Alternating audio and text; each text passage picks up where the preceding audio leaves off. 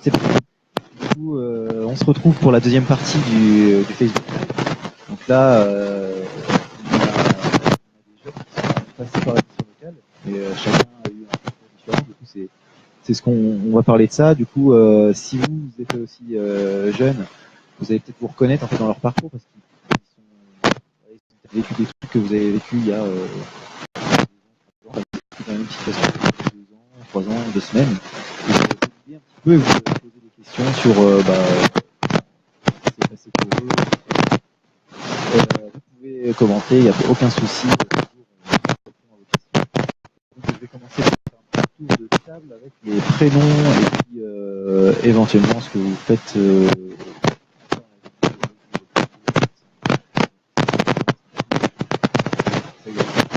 Bah, Arnaud,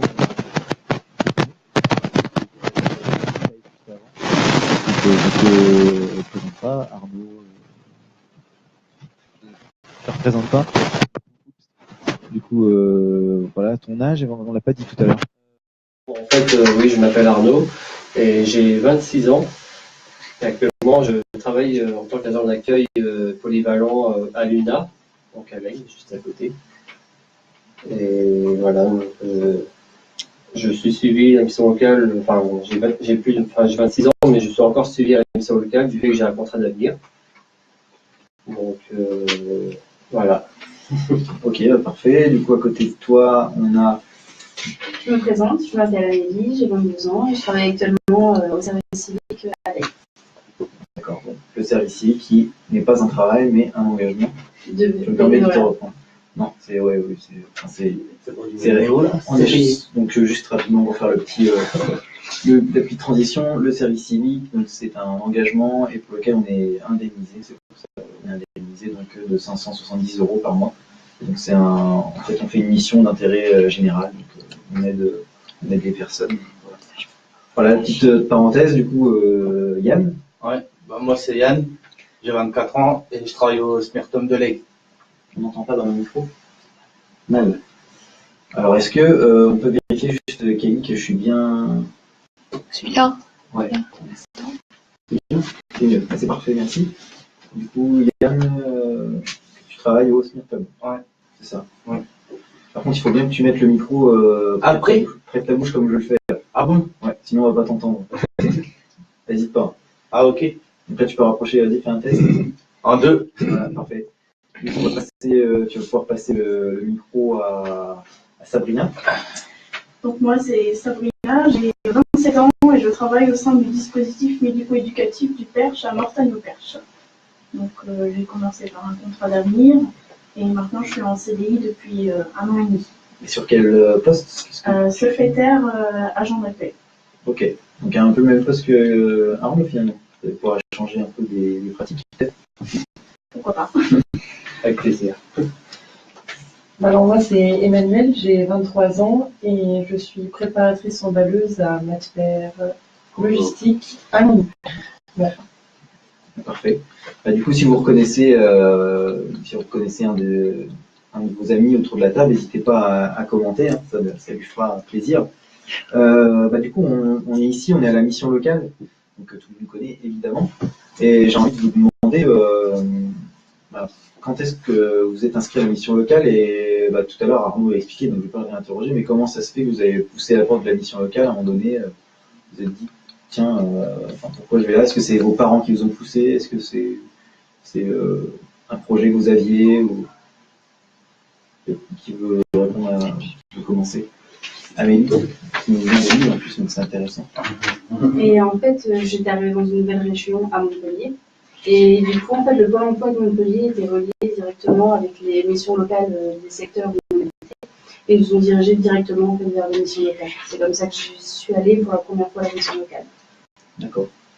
Et puis, Yann, par exemple? Moi, je sortais du lycée de 2 ans de BP compta et je voulais faire un bac pro en alternance logistique.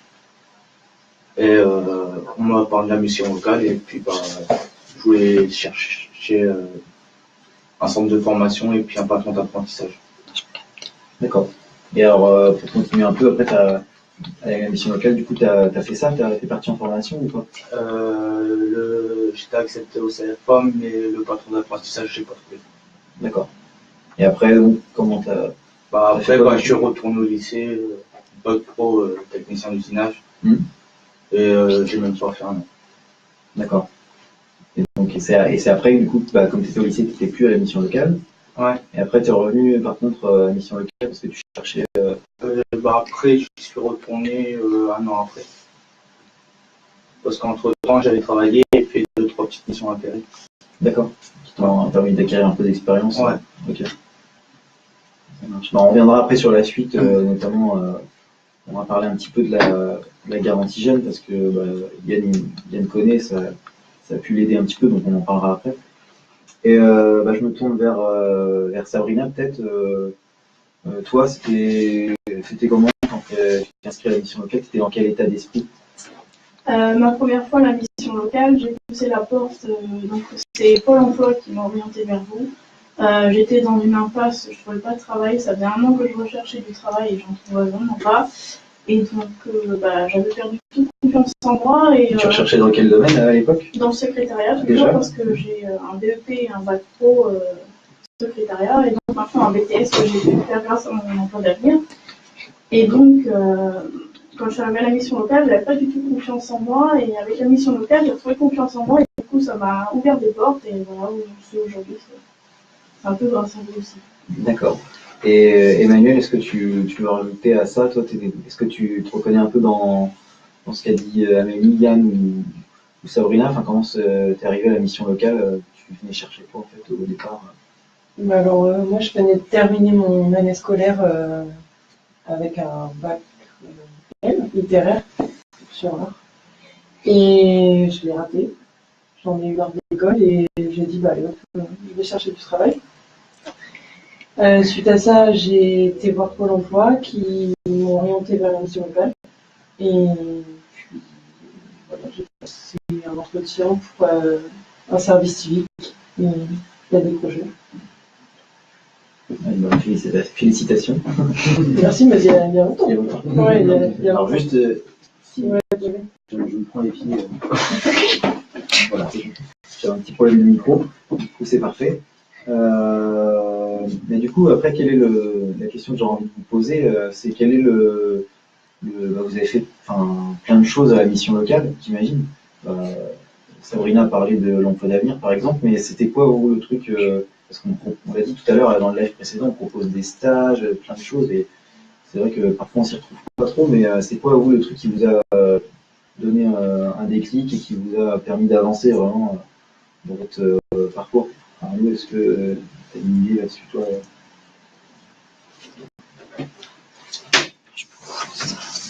Est-ce qu'il y a un truc que tu retiens particulièrement, je t'ai dit, ouais, ça m'a fait avancer. C'est-à-dire une expérience. Ouais, une expérience grâce à la mission locale. Je sais pas si c'est du parrainage, tu te parlais tout à l'heure du groupe aussi. Justement, je vais revenir sur mon expérience de stage que j'ai fait encore dans une boutique, encore près d'apporter. Donc en fait, entre le temps, parce que j'avais pas expliqué mon parcours, mais en fait, quand j'ai quitté l'école et que je suis arrivé à la mission locale, forcément, donc je savais pas quoi faire. Donc comme je l'ai dit tout à l'heure, je n'avais pas de métier précis. Et puis, je crois que c'est 2-3 ans après, où suite à ce stage, du coup, la vente m'intéressait vraiment. Alors qu'en plus, j'avais un CAP vendeur magasinier, donc j'avais déjà des bases. Mais sauf que, voilà, c'était vraiment le vendeur conseil. Donc le conseil qui m'intéressait vraiment. Et c'est comme ça qu'après, j'ai fait une formation qualifiante. Donc j'ai obtenu un diplôme, un titre professionnel de niveau 4. Et après, j'ai travaillé pour les soldes, en CDD. Vendeur. Voilà. Et donc, il n'y a rien à voir ou si, il y a sûrement des compétences. Avec le poste actuellement, c'est ça. En fait, du coup, il y a la base quand même du contact avec les personnes. Parce qu'en vente, il y a le contact avec les clients. Donc, il faut aller voir les clients, il ne faut pas avoir peur. Et actuellement, en tant qu'agent d'accueil, c'est pareil.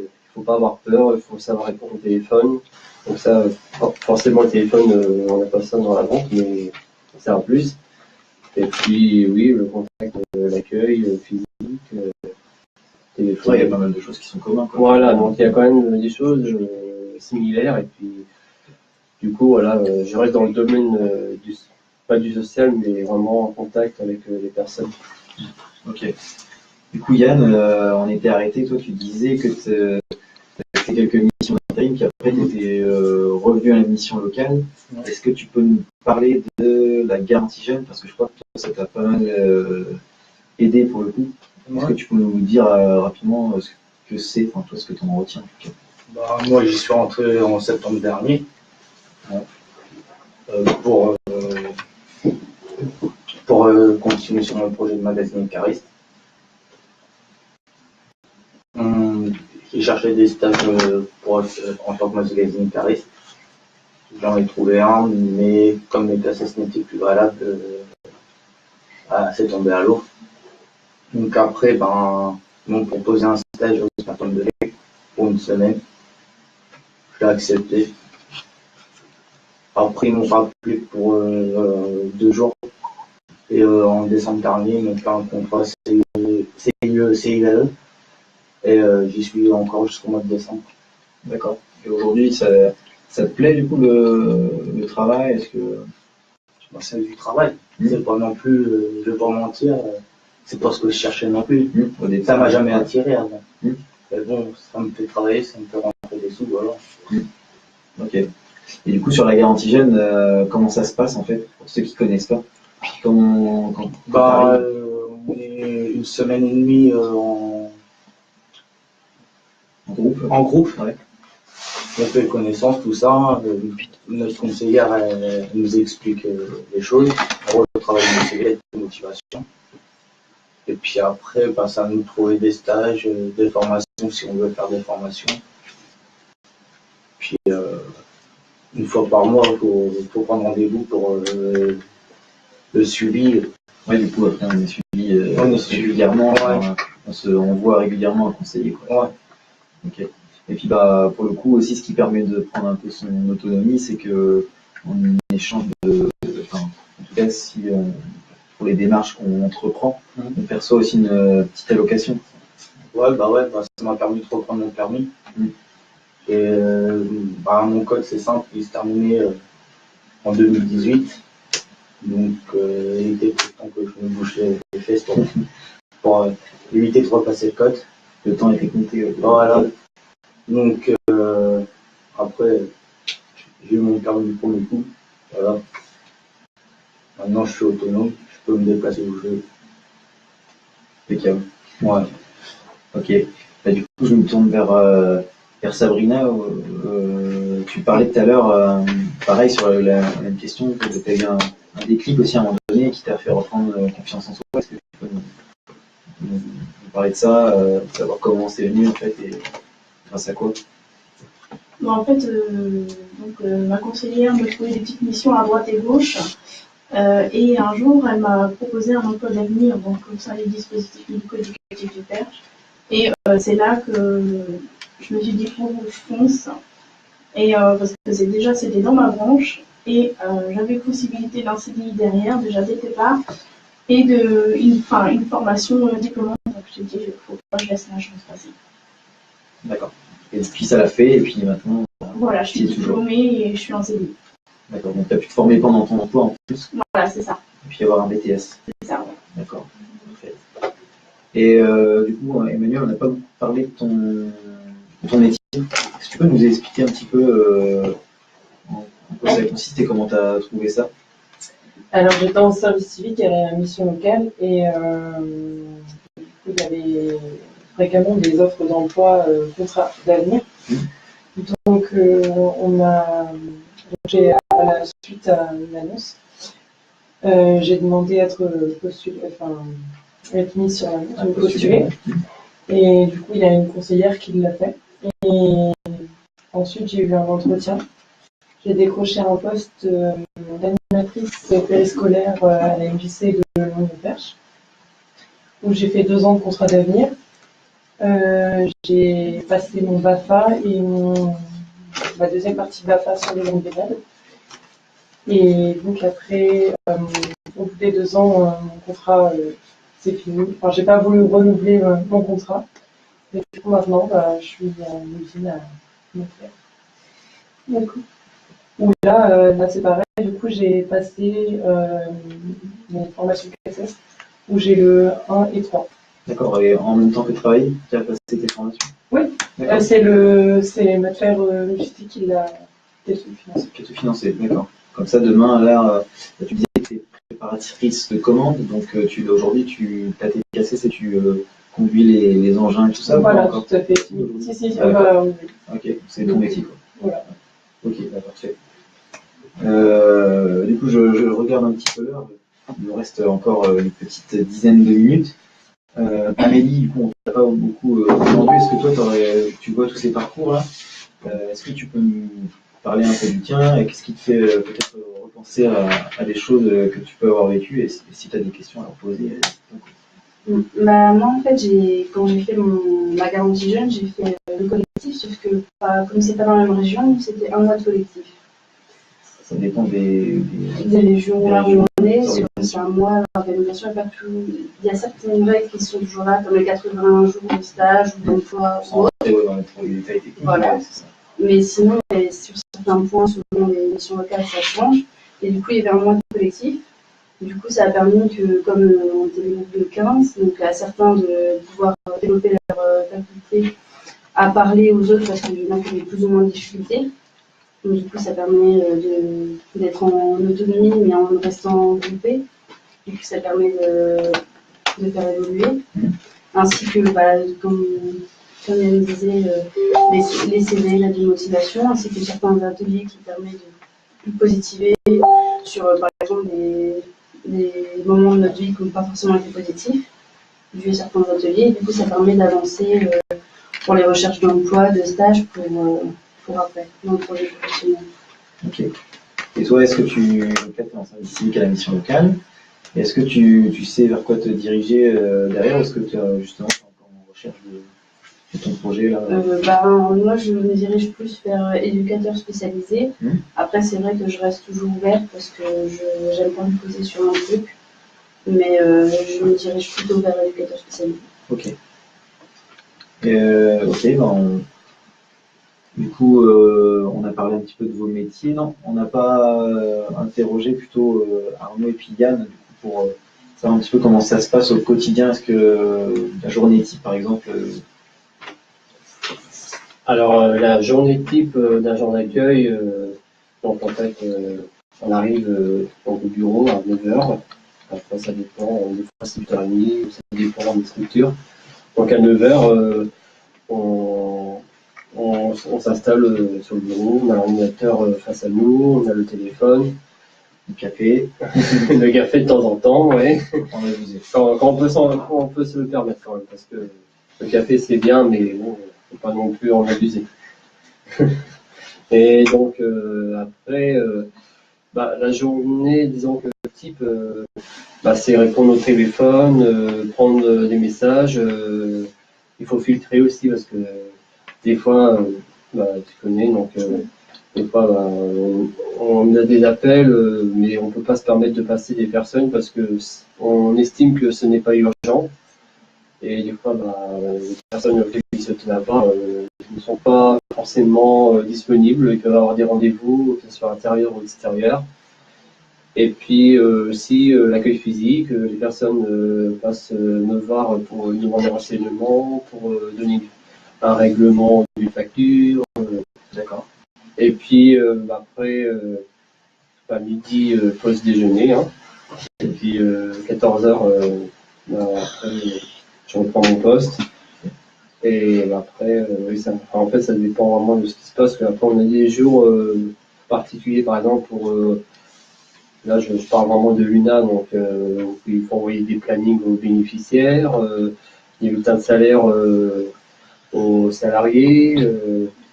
On a aussi des préparations des pochettes aussi, parce que les salariés ont des pochettes auxquelles on doit des documents comme des feuilles de déplacement, des tâches de congés. Donc c'est vrai qu'il y a de l'administratif derrière. Il y a aussi du courrier aussi à envoyer, puis aussi à réceptionner. D'accord. Donc il y a ça aussi. Et puis après, voilà, c'est les renseignements. Il faut être disponible à l'accueil. Et ça te plaît aujourd'hui? Jusqu'à aujourd'hui, ça me plaît en tout cas. On va très bien. Voilà. Du coup, est-ce que bon, on va peut-être demander à Yann un petit peu ta journée type. Bah, Le matin. non, moi, journée type, elle commence à 7h. Déjà. À 7h, faut qu'on soit au camion. Donc, on arrive souvent à 6h30, 7h moins le quart au plus tard. Pour préparer. Ouais, pour se changer, parce qu'on a tenu à mettre. Et puis après, on monte dans le camion et puis on ramasse les poubelles. C'est pas compliqué. Et donc après, tu termines à quelle heure? Je termine à 14h. Ça dépend des tournées. Des fois, on termine plus tôt. Comme je suis qu'un contractuel, je peux partir plus tôt. Mais sinon, par exemple, tu finis à midi et demi, tu es obligé d'attendre 2 heures pour pouvoir partir du boulot.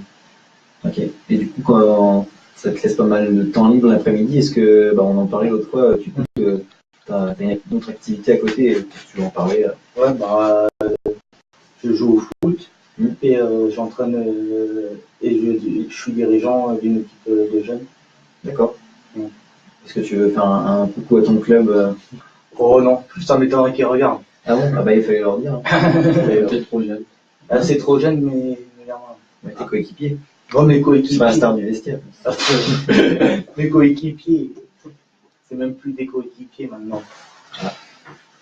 Bon, très bien. Est-ce que Sabrina, du coup, tu reconnais un peu au niveau des tâches ce qui peut être demandé à Arnaud? Du coup, on va pas forcément revenir dessus. Puis je reviens pas non plus sur le service civique avec Amélie parce qu'on va en parler la semaine prochaine sur l'engagement. On va parler du service civique et on vous expliquera un petit peu qu'est-ce qu'on peut faire comme mission. Puis du coup, je sais pas si Amélie sera là, mais on parlera bien sûr des missions qu'on peut faire en service civique.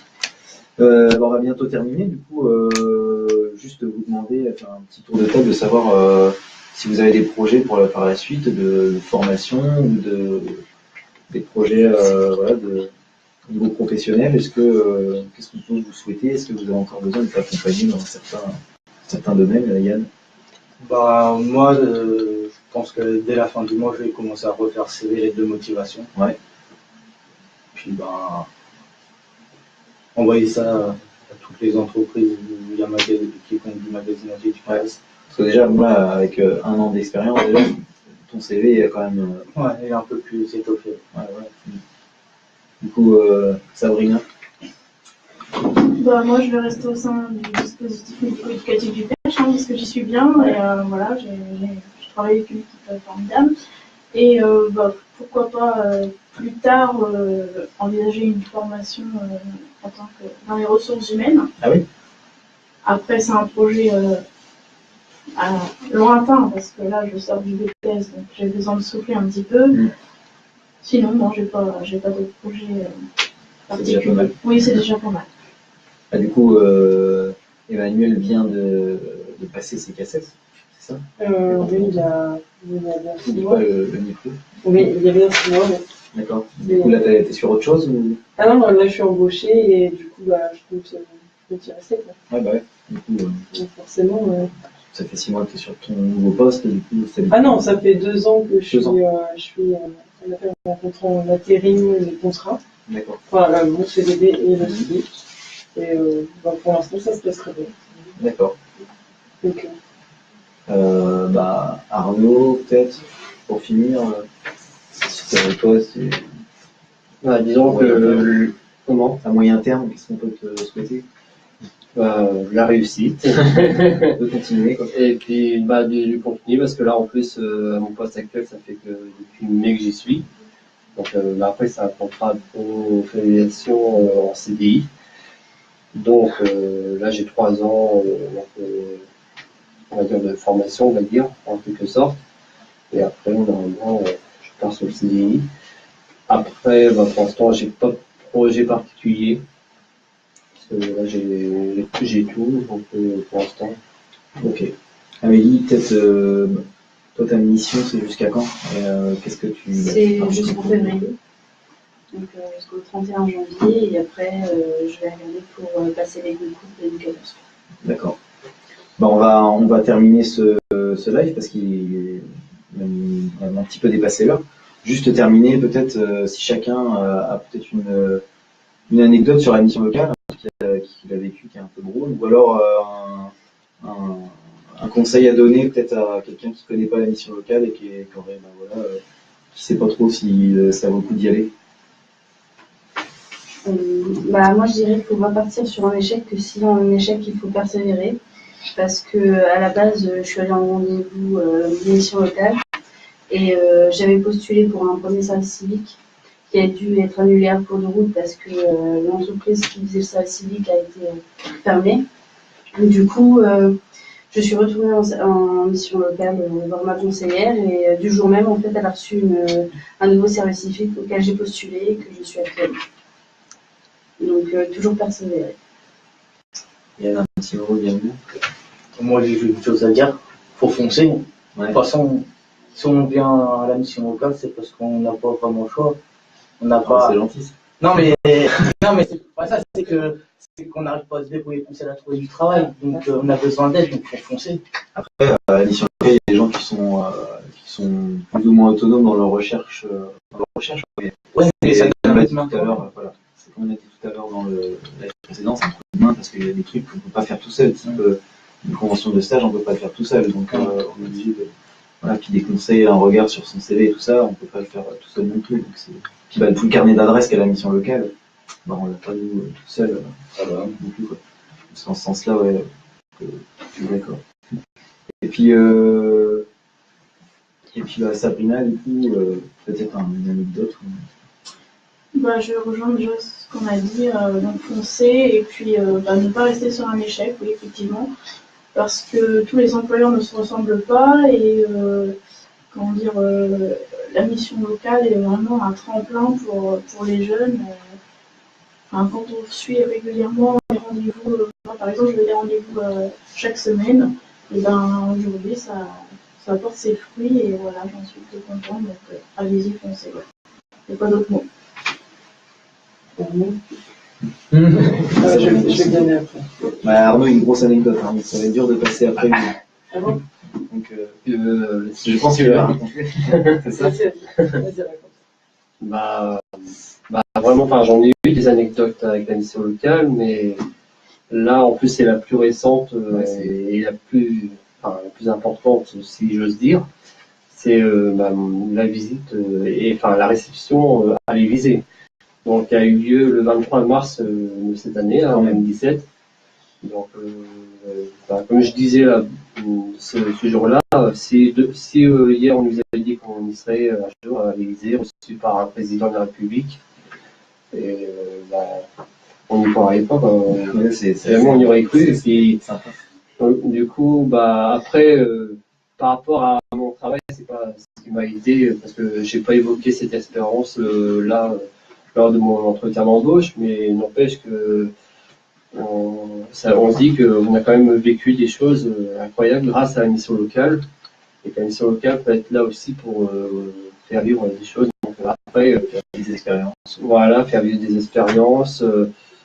Après, le conseil que je donnerais, c'est de se fixer un objectif. Après, si on n'en a pas un concret, donc ne pas hésiter à aller voir les conseillères parce qu'elles sont là pour nous aider à nous diriger par exemple par un stage, une découverte. Donc après, s'investir et puis s'investir quand on se lance dans un projet. Ne jamais rien lâcher. Ok. Puis Emmanuel, du coup, pour terminer, tu as une anecdote Les plus l'Élysée. Ah non, j'ai pas d'anecdote, mais juste de conseiller. Non, juste de conseiller aux jeunes de sortir de chez soi, d'arrêter de flâner devant la télé. Ça n'apportera pas d'argent, d'espérer faire la télé-réalité. C'est plus aller. Nous, on fait en quelque sorte de télé-réalité, donc on est un peu mal placé. Non, on n'est pas rémunéré. Pas vous. Donc oui, voilà. Ok, bah merci à tous d'être venus. Et puis c'est la fin du live là, sur l'emploi. Donc le prochain, c'est la semaine prochaine, c'est le 21 septembre. On va parler de l'engagement, donc tout ce qui est engagement en service civique, engagement dans l'armée, enfin toutes les sortes d'engagements qui existent. Et si vous avez des projets dans ce sens-là, n'hésitez pas à venir poser vos questions. Donc ce sera pareil de 19h à 21h le 21 septembre. Et ben je vous dis à la prochaine. Salut. Au revoir. Au revoir.